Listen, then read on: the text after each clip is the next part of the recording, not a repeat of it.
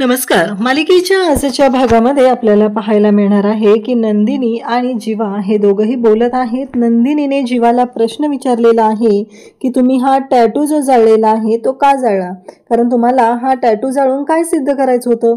कारण तुमच्या या टॅटू जाळण्यामुळं असं स्पष्ट होत आहे की तुम्ही अजूनही त्यातून मूव्ह ऑन झालेला नाही, तुम्ही यातून अजूनही बाहेर पडलेला नाही असं नंदिनीने स्पष्टपणे सांगितलेलं असतं. तेव्हा जीवा म्हणत असतो की मला मूव्ह ऑन व्हायचं आहे म्हणून मी हा टॅटू जाळलेला आहे असं जीवाने स्पष्टपणे सांगितलेलं असतं. तर नंदिनी त्याला म्हणत असते की नाही, काहीही झालं तरीही हा टॅटू जाळण्यामागचा उद्देश जो आहे तो वेगळा आहे असं नंदिनीने क्लिअर केलेलं आहे. इकडे काव्या जी आहे ती भयानक अशी चिडलेली असते आणि ती जीवाकडे आलेली असते आणि जीवाला म्हणत असते की तू हा टॅटू जाळून तुला स्वतःला मोकळं केलेलं नाही तर तू माझं अस्तित्व संपवलेलं आहे असं ती बोलत असते आणि म्हणत असते की हे सगळं तू मुद्दाम केलेलं आहे, जाणून बुजून केलेलं आहे आणि या सगळ्याला तू जबाबदार आहे असं म्हणत इकडे काव्याने जीवाला जाब विचारलेला आहे. माझं अस्तित्व मिटवण्याचा तू प्रयत्न केलेला आहे आणि त्याचबरोबर हे सगळं तू केलेलं आहे. त्याचबरोबर एक लक्षात ठेव की तू मला शिकवलं होतं की प्रेम कसं करायचं आणि आता तू शिकवत आहे की प्रेम कसं संपवायचं. हे जे तू काही शिकवलेलं आहे त्याच्यासाठी खरंच मी तुमच्या या शिकवणीबद्दल तुमची आभारी आहे असं म्हणत काव्याने जीवाच्या समोर हात जोडलेले आहेत. त्याचबरोबर पार्थ आणि काव्याच्या नात्याची सुरुवात कशी होणार आहे हे आपल्याला आजच्या या व्हिडिओमध्ये पाहायला मिळणार आहे. त्यासाठी प्रेक्षकांनो हा व्हिडिओ शेवटपर्यंत पहा. त्याचबरोबर चॅनलवरती नवीन असाल तर चॅनलला सबस्क्राईब करा, व्हिडिओला लाईक करा. तर इकडे जीवासाठी आता नंदिनीने चहा आणि टोस्ट आणलेले असतात आणि ते जीवाला म्हणत असते की हे घ्या. जीवा पण चहा घेत असतो. नंदिनी त्याच्याशी बोलत असते. नंदिनी जीवाला प्रश्न विचारत असते. नंदिनी म्हणत असते की मला तुमच्याकडून काही प्रश्नांची उत्तरं हवी आहेत. तुम्ही तो टॅटू जो जाळलेला होता तो का जाळला आहे, नक्की काय कारण आहे तो टॅटू जाळण्यामागं, हे मला कळलं पाहिजे असं म्हणत नंदिनी जाब विचारत असते. तेव्हा मात्र नंदिनी म्हणत असते की नाही, मला कळलं पाहिजे की तो टॅटू जो आहे तो का जाळलेला आहे. तेव्हा जीवा म्हणत असतो की मला ना त्रास व्हायला लागलाय आणि तो विषय टाळायचा प्रयत्न करतो. नंदिनी विचारत असते. इकडे मात्र आपल्याला पाहायला मिळतं की जेव्हा या सर्व गोष्टी घडत असतात तेव्हा काव्याच्या समोर बसून आता तिथे पार्थ जो आहे तो फ्रूट सॅलड खात असतो आणि खूप कौतुक करत असतो स्वतःचं, कारण ते फ्रूट सॅलड जे असतं ते स्वतः त्याने बनवलेलं असतं आणि म्हणत असतो की खरंच खूप अप्रतिम झाले. सगळ्या फळांचे याच्यामध्ये जे काही टेस्ट येत आहे ना ती खरंच पाहण्यासारखी आहे असं म्हणत तो त्या फ्रूट सॅलडचं स्वतःच भरभरून कौतुक करत असतो आणि बोलत असतो. त्यासोबतच इकडे पाहायला मिळतं की जेव्हा या सगळ्या गोष्टी झालेल्या असतात तेव्हा मात्र पार्थ हा काव्याला म्हणत असतो काय झालं. काव्या म्हणत असते की स्वतःच एवढं कौतुक कोण करतंय, म्हणजे मला ना कळतच नाहीये तुमचं नक्की काय चाललेलं असतं. हे बोलणं चालू झालेलं असतं. तेव्हा मात्र तिकडे पार्थ म्हणत असतो मी करतो.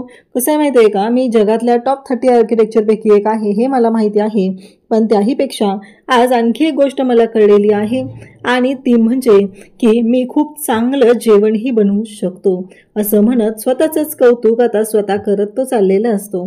त्यासोबतच इकडे पाहायला मिळतं की काव्या तिथं आलेली असते आणि काव्या म्हणत असते द्या मला पण. तेव्हा पार्थ म्हणत असतो तुम्ही खाणार आहात. तेव्हा काव्या म्हणते काही ऑप्शन आहे का. खरं तर तिलाही फ्रूट सॅलड खूप आवडत असतं, त्याहीपेक्षा त्याच्यामध्ये जी वेलची टाकलेली आहे ती गोष्टही तिला खूप आवडत असते आणि असं म्हणत दोघंही आता फ्रूट सॅलड खाण्यासाठी बसलेले असतात.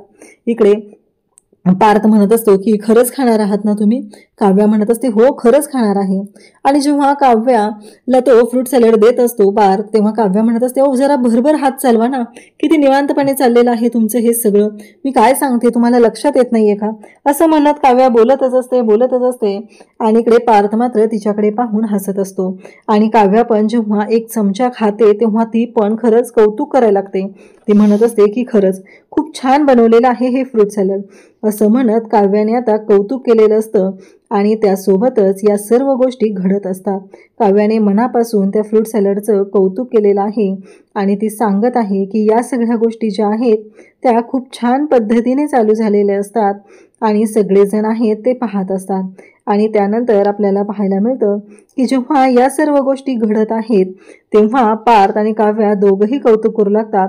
पार्थ म्हणत असतो की याच्यामध्ये जो काही आहे ना, पार्थला काव्या म्हणत असते याच्यामध्ये जी काही वेलची टाकली आहे ना ती खरंच खूप अप्रतिम लागत आहे असं म्हणत इकडे काव्या पार्थने केलेल्या फ्रूट सॅलडचं कौतुक करत असते. तेव्हा मात्र पार्थ म्हणत असतो की हो बरोबर आहे, खूपच भारी झालंय ना असं म्हणत कौतुक चालू झालेलं असतं. आणि त्याचबरोबर आपल्याला पाहायला मिळतं की हे सगळं जेव्हा घडत आहे तेव्हा इकडे काव्या पण खुश झालेली असते. त्यासोबतच इकडे पाहायला मिळतं की नंदिनी मात्र जीवाला प्रश्न विचारत असते. नंदिनीला आता त्या प्रश्नांची उत्तरं हवी असतात आणि नंदिनी म्हणत असते की सांगा ना काय झालंय नक्की जीवा, मला कळेल का? म्हणजे तुम्ही तो टॅटू जाळण्याचा निर्णय का घेतला? नक्की असं काय झालेलं होतं म्हणून तुम्हाला तो टॅटू जाळून टाकावा वाटलेला आहे? हे बोलणं चालू झालेलं असतं.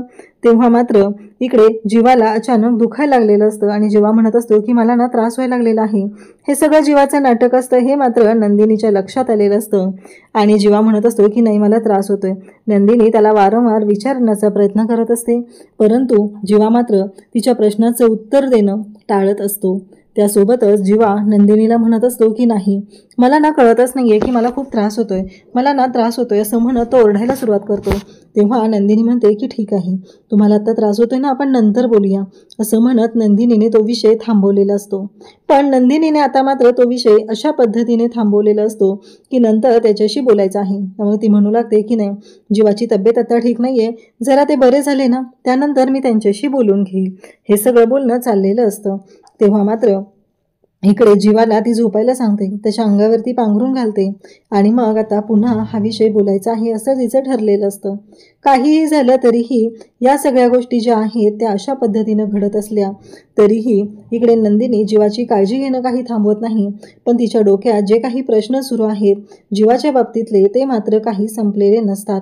तिला फक्त एकच वाटत असतं की या सगळ्यामध्ये जीवाला त्रास व्हायला नको आहे. नंदिनी चहाचं जे ट्रे आहे ते कप वगैरे सगळं साहित्य आहे ते घेऊन निघालेली असते आणि जाताना मागे फिरून पाहते आणि म्हणते की जीवा मला माहिती आहे तुम्ही मला आत्ता उत्तर दिलेलं नाही, परंतु मला या प्रश्नाचं उत्तर हवं आहे असं ती म्हणत असते आणि मी लवकरच तुम्हाला ते विचारेल. जीवा मात्र म्हणत असतो की आज कसंही करून मी हा प्रश्न थांबवला, माझं आत्ता नाटक केलं मी दुखतंय म्हणून, पण रोज रोज मी हे करू शकणार नाहीये, मला नंदिनीला उत्तर द्यावंच लागणार आहे. दुसऱ्या दिवशी सकाळी आता पार्थ आलेला असतो आणि हॉलमध्ये असते ती म्हणजे मानिनी तिथे ती म्हणत असते की अरे पार्थ मला एक तुला विचारायचं होतं, काल ना खूप फळं होती रे घरात, पण ती कुठं गेली ना मला कळतच नाहीये. मी आता सकाळी ऊन बघते तर त्याच्यामध्ये ती फळंच नाहीये, म्हणजे कमी झालेले आहेत. कसे कोणी खाल्ली असतील तर ठीक आहे रे, त्याच्याबद्दल काही प्रॉब्लेम नाहीये. पण तेव्हा मात्र पार्थ बोलणारच असतो तेवढ्यातच तिथे मंजू येते, ते सांगू लागते अंजू येते आणि ती सांगू लागते की ती फळं आहेत ना पार्थदादांच्या रूममध्ये सापडलेली आहेत. तेव्हा मात्र इकडे बोलायला सुरुवात करते आणि ती म्हणजे मानिनी की बरं झालं म्हणजे सापडलेत ना, अशी सगळ्या प्रश्नांची उत्तरं जर मिळाली ना तर खूप बरं होईल. म्हणजे आता फळं सापडलेली आहेत, लवकरच बाकीच्या गोष्टीही कळतील नक्की काय झालेलं आहे. हे सगळं बोलणं पार्थ आणि त्याचबरोबर मानिनी यांचं चाललेलं असतं. पार्थ म्हणतो काय झालं आई, तू काय बोलतेस, नक्की कळेल का मला, असं बोलणं सुरू झालेलं असतं. तेव्हा मात्र इकडे पार्थला मानिनी सांगू लागते, ती म्हणत असते की असंच विचारते रे, म्हणजे जीवाला कसं काय लागलं, जीवा शेकोटीत पडला असं तुम्ही मला सांगितलेलं आहे, परंतु माझा या गोष्टींवरती अजिबात विश्वास नाही, कारण हे शक्यच नाहीये जीवा शेकोटीत पडणं, असं मानिनी बोलत असते. तेव्हा मात्र पार्थ म्हणत असतो म्हणजे काय, तेव्हा मानिनी सांगायला सुरुवात करते, म्हणजे मानिनीचं इन जनरल बोलणं असतं. मानिनी म्हणत असते की हे बघ काहीही झालं तरीही एक महत्त्वाची गोष्ट आहे, जर कोणी असं शेकोटीत पडलं असेल तर त्याला एकाच जागी कसं लागेल, त्याला तर सगळीकडे लागलं पाहिजे, पण जीवाला मात्र सगळीकडे लागलेलं नाहीये, त्याला फक्त एकाच जागी लागलेलं असं आहे. आणि जेव्हा एकाच जागी लागलं जातं तेव्हा मात्र त्या गोष्टीला काहीतरी स्वतः जबाबदार असतं, स्वतः करून घेतलेलं असतं असं असतं, किंवा दुसरं कोणीतरी असेल केलेलं, हे बोलणं चालू असतं. तेव्हा मात्र इकडे काव्या जी आहे ती आता वेगळ्याच गोष्टीत असते, कारण पार्थने त्याची फाईल आणायला पाठवलेलं असतं आणि पार्थची फाईल घेऊन येताना त्यांच्या घरातल्या त्या नोकराणीने काय केलेलं असतं तर तिने काव्याची वहीही आणलेली असते आणि त्या वहीमध्ये जो फोटो असतो तो म्हणजे काव्या आणि जीवा, तो फोटो आता त्या वहीमध्ये गेलेला आहे. आणि काव्या मात्र इकडे ती नोटबुक आहे ती रूम मध्ये शोधत आहे. ती म्हणत असते की कुठे गेली माझी नोटबुक, पार्थच्या हाती लागली का, पार्थ घेऊन गेले का असं म्हणत ती शोधाशोध करू लागते. ती म्हणत असते काय करू, माझा आणि जीवाचा फोटो आहे त्याच्यामध्ये. आता तिला प्रश्न पडलेला असतो की या सगळ्याचं मी काय करणार आहे, कसं शोधणार आहे असं म्हणत ती शोधाशोध करत असते. तेव्हा मात्र इकडे पार्थ आणि त्याचबरोबर मानिनी खाली बोलत असतात. ती हॉलमध्ये येते आणि हॉलमध्ये आल्यानंतर तिला दिसतं ते म्हणजे ती जी नोटबुक आहे ती इकडे मानिनीच्या हातात आहे आणि मानिनी त्याच्यावरती लिहित आहे. मग काव्य येते. आता डायरेक्टली तर नोटबुक मागू शकत नाहीये. मग ती येते आणि तिथे बसते आणि म्हणू लागते की काय आहे, आता काय करू, हा मोठा प्रश्न काव्याच्या समोर तर उभाच आहे, याचं उत्तर तिला शोधायचंच आहे. तेवढ्यातच तिथे काव्य आलेली असते. मानिनी म्हणू लागते की काव्या, मला सांगशील का नक्की काय झालेलं आहे, कारण मला नंदिनी तर बोललेली होती की जेव्हा जीवाला असं झालं तेव्हा शेकोटीजवळ तू आणि त्याच म्हणजे नंदिनी पोहोचण्याआधी तू जीवाच्या जवळ पोहोचलेली होती. इकडे पार्थ सांगत असतो की मिथुन काका होता जीवाच्या सोबत. आता या सगळ्या प्रश्नांची उत्तरं मानिनीला हवी असतात, कारण जीवाची जी अवस्था झालेली आहे ती खूप वाईट अवस्था आहे आणि त्यामुळंच तिने या सगळ्या गोष्टीची शोधाशोध करत असते. त्यानंतर आपल्याला पाहायला मिळतं की काव्या मात्र शांतच होते, कारण या प्रश्नाचं उत्तर फक्त खरं तर काव्याच देऊ शकते, दुसरं कोणीच या प्रश्नाचं उत्तर देऊ शकत नाही. आणि काव्य आता शांत राहते. तेव्हा मानिनी म्हणत असते अगं काव्या बोल ना. काव्य मात्र एक गोष्ट करत असते, तिला ट्रॉमा बसलेला आहे, ती गोष्ट आठवली की तिला त्रास होतो. हे सगळं काव्याचं चाललेलं असतं आणि काव्या त्या पद्धतीने बोलत असते, रिॲक्ट होत असते. काव्याला तो प्रसंग आठवायला सुरुवात होते. जीवाने शेकोटीतलं जळतं लाकूड काढलेलं होतं आणि ते स्वतःच्या छातीवरती लावून घेतलेलं, कारण त्याला तो टॅटू जाळायचा होता. काव्याला तो प्रसंग आठवतो आणि तिला खूप मोठा धक्का बसतो. काव्या म्हणू लागते की नाही, काहीही झालं तरीही एक गोष्ट मात्र चुकत आहे. आणि मग इकडे मानिनी तिला विचारत असते अगं काव्या बोल ना, काय झालं नक्की तिथं, मला ना कळत नाहीये, सांग ना, असं काय झालं जीवाच्या बाबतीत, तू पाहिलंय का काही, आणि तुम्ही सगळेजण मला नीट सांगत नाहीयेत का. असे अनेक प्रश्न आता पडलेले असतात ते म्हणजे मानिनीला. आणि मानिनी मात्र विचार करायला लागलेली असते. मानिनी ती प्रश्न विचारत असते आणि त्या प्रश्नांची उत्तरं मात्र यांच्याकडे नसतात. आता मात्र सगळ्यांना तिथे काय सांगायचं हा प्रश्न पडलेला असतो. तेव्हा काव्या म्हणत असते की नाही, मला नाही कळत आहे काय झालेलं होतं असं म्हणत काव्या जी आहे ती बोलत असते. आणि त्यासोबतच इकडे मानिनी आहे ती विचार करत असते की नाही, मला ना काहीतरी वेगळं वाटतंय, मला एक कळत नाहीये, जीवा ड्रिंक वगैरे केलं होतं का, म्हणजे आता कसं पार्टी आहे, बड्डेचं सेलिब्रेशन आहे म्हणून विचारते, जीवाने ड्रिंक वगैरे काही केलं होतं का. तेव्हा मात्र काव्या शांतपणे मानिनीकडे पाहत असते. पार्थही तिथं असतो आणि पार्थ म्हणतो की नाही, जीवाने ड्रिंक वगैरे नव्हतं केलं असं पार्थने आता स्पष्टपणे सांगितलेलं असतं. मग काय झालेलं होतं, असे प्रश्न आता पुन्हा मानिनीच्या समोर उभे राहिलेले आहेत. नक्की असं काय घडलेलं होतं आणि का, या सगळ्या प्रश्नांची उत्तरं मानिनीला हवी असतात. आणि मग मानिनी आता पुढचं पेज पलटत असते आणि आता काव्याचा जीव कासावीस व्हायला लागतो, कारण काहीही झालं तरीही काव्याने त्या वहीमध्ये ठेवलेला जीवा आणि काव्याचा जर फोटो मानिनीला दिसला तर खूप अवघड होणार आहे हे काव्याच्या लक्षात आलेलं असतं. आणि तेवढ्यातच डोअरबेल वाजते. तेव्हा मानिनी म्हणते अगं काव्या कोण आले बघ, डोअरबेल वाजलेली आहे. तेव्हा काव्या म्हणते मी बघू. तेव्हा मानिनी म्हणते हो ना, जाऊन बघ ना कोण आले, मी तुला सांगते ना, असं मानिनीने सांगितलेलं असतं. मग काव्या तिकडे पाहते, काव्य काही उठत नाही, काव्य शांतच आहे. ही गोष्ट लक्षात आल्यानंतर मानिनी स्वतःच उठते आणि डोअरबेल उघडण्यासाठी जाते. तोपर्यंत तिथं असलेलं वर्तमानपत्र आहे ते काव्याने त्या फोटोच्या वरती ठेवलेलं असतं आणि काव्या ती नोटबुक घेऊन थांबलेली असते. आणि काव्या पाहते तर तिला धक्का बसतो, कारण दारात आलेली असते ती म्हणजे अनिशा. अनिशा कसं काय आलेली आहे. मग काव्या तिला म्हणते की अगं तू सांगायचंच ना, म्हणजे फोन करून वगैरे येतेस ना. तेव्हा ती म्हणते अगं तुला फोन करायला तू फोन उचलला तरी पाहिजेस ना, तू कुठं फोन उचलत असतेस सांग बरं, कितीही फोन केले तरी. इकडे नंदिनी आहे ती जीवाला मदत करत असते. जीवा आता शर्ट चेंज करत असतो. तेव्हा नंदिनी म्हणते मी देऊ का तुम्हाला घालून, मी मदत करू का. आणि त्याचबरोबर इकडे आपल्याला पाहायला मिळतं की जेव्हा या सगळ्या गोष्टी घडत असतात तेव्हा मात्र हे सगळं चालू असतानाच इथे नंदिनी जीवाला बोलत असते.